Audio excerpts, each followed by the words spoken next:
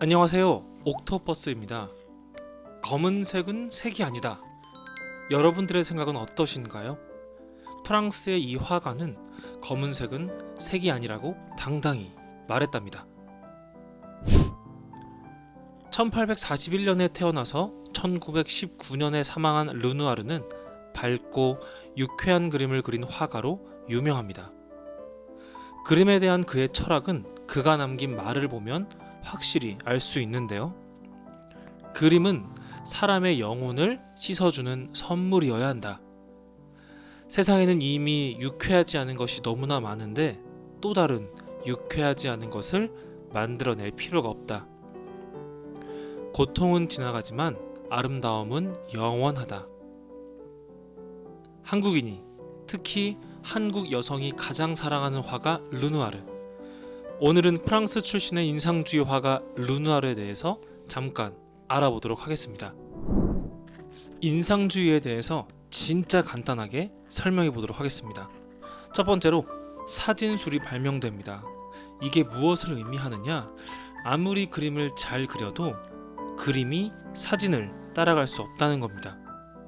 화가들은 아니 그럼 그림을 아무리 잘 그려도 저 기계를 못 따라간다고? 라고 생각하죠. 그 생각은 그럼 사진이 담을 수 없는 걸 그려야겠다로 이어집니다.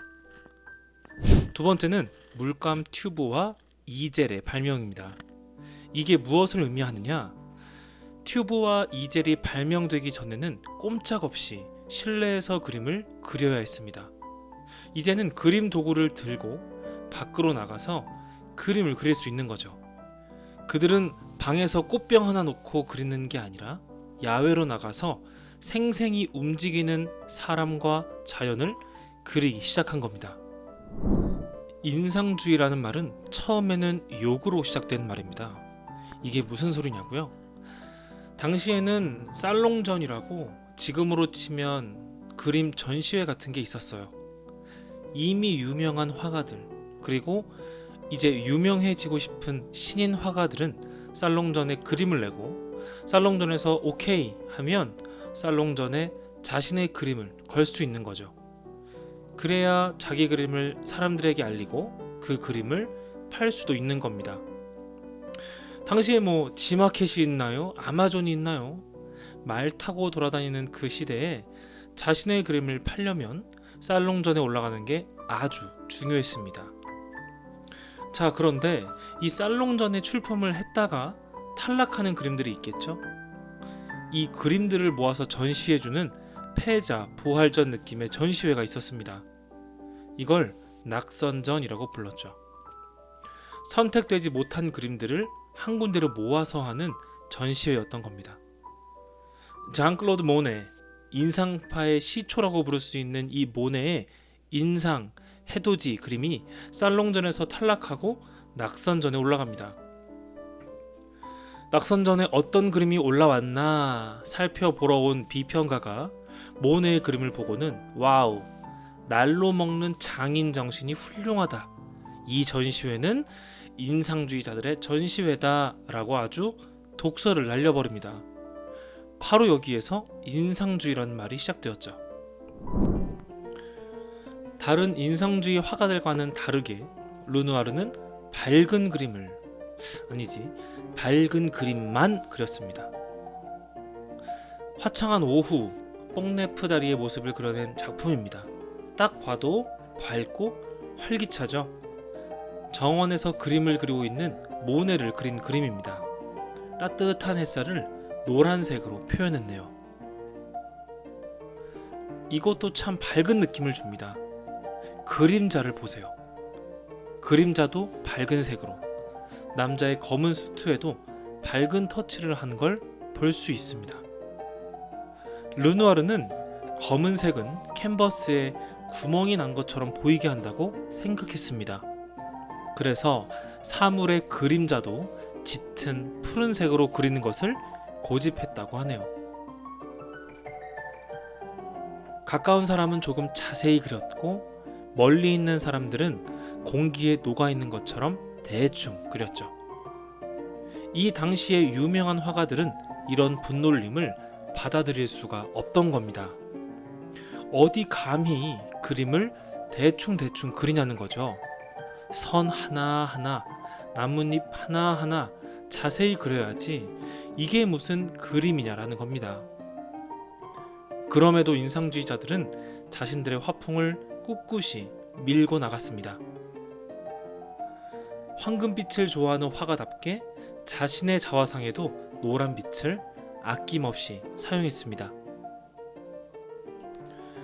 이 그림은 모네의 느낌도 조금 나요. 워낙에 르누아르와 모네가 친했기 때문일지도 모르겠네요. 여기서부터는 조금씩 르누아르만의 화풍이 보입니다. 이전보다는 구체적이고 조직적으로 사람들을 그리고 있죠. 테이블 위에 술병이나 음식들을 봐도 변화를 알 수 있습니다. 이것도 꽤 유명한 그림이죠. 이 두 사람을 어머니와 딸로 아시는 분들도 많은데 둘은 자매입니다. 꽃을 사랑했던 화가답게 이 그림에도 꽃이 빠지지 않았네요. 흥미로운 그림입니다. 검은색은 색이 아니라고 했던 르누아르가 검은색을 사용했지요. 오른쪽 아래를 보면 인상주의 화풍이 보이는 듯한데 왼쪽을 보면 고전주의 양식이 확실히 보입니다. 인상주의와 고전 양식 사이에서 갈등하던 르누아르의 마음을 볼 수 있는 그림이라고 할 수 있죠. 확실히 덜 인상주의적이죠.